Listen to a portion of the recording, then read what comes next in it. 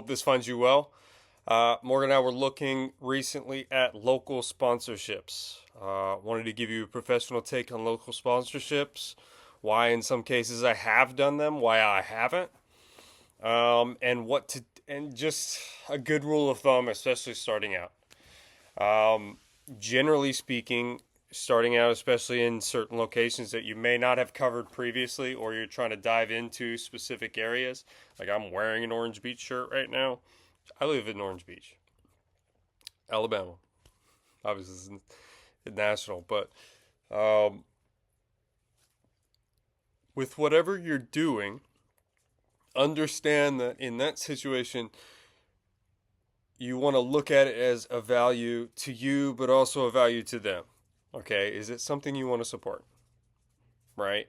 In the case of Morgan and I, we were talking about the local softball team. Number one, they're probably really the best team of any sort in this area. They're state champs, I think, 2 or 3 years running, and they're just incredible.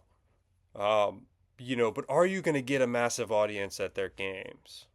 Not necessarily. But that's not why you support them.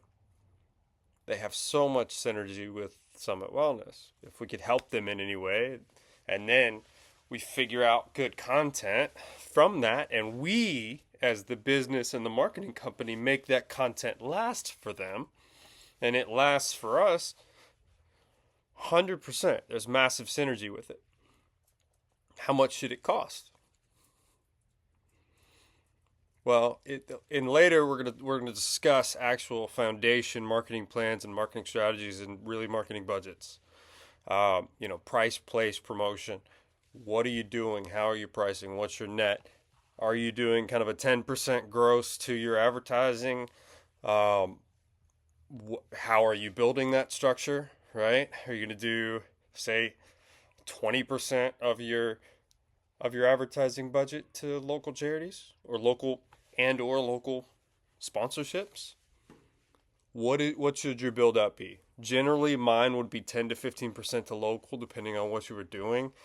But a lot of times on the corporate level, I didn't do it. A lot of times you're picking a team if you're not going to choose everybody, right?